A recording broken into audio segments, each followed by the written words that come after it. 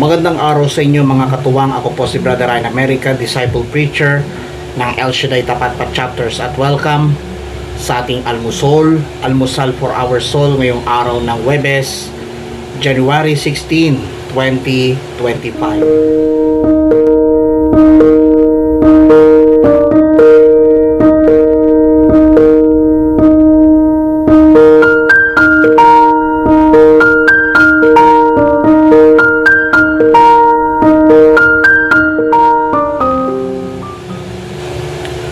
Ang mabuting balita ay Mark 1:40 to 45. Sabi ng katapusan ng ebanghelyo, ngunit umalis siya at bagkos ipinamalita ang nangyari. Ano pat hindi na hayagang makapasok ng bayan si Jesus. Naroon na lamang siya sa labas sa mga ilang na puok, at doon pinagsasadya ng mga tao buhat sa iba't ibang dako. Ito pong napakagandang trending para sa araw ng Huwebes. Ipinamalita ang nangyari. After gumaling ang lalaking may ketong, sinabi ng Panginoong Yesus na huwag sabihin kanino man. Sa halip ay pasuri ka sa saserdote pagkatapos maghandog ayon sa iniutos ni Moises upang patunayan sa mga tao na ikaw ay magaling. Gayunpaman, ipinamalita ng lalaking gumaling mula sa ketong na pinaghimalaan ng Panginoon.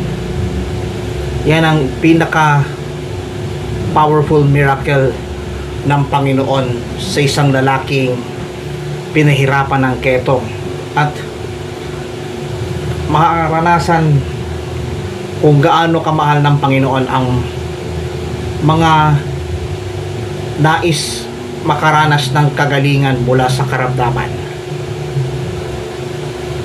Ipamalita kung gaano kabuti ang Panginoon sa buhay natin, at sariwain ang kabutihang loob ng Panginoong Diyos.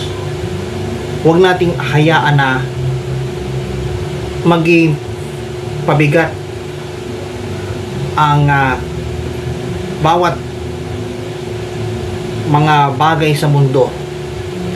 Sa halip ay ipamalita ang kagandahang loob ng Panginoon.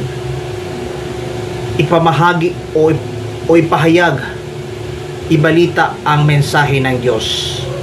Mensaheng nagbibigay kabutihan, mensaheng nagbibigay kagalingan, mensaheng nagbibigay kalakasan, at higit sa lahat, mensaheng nagbubuhos ng walang tigil na biyaya at pagpapala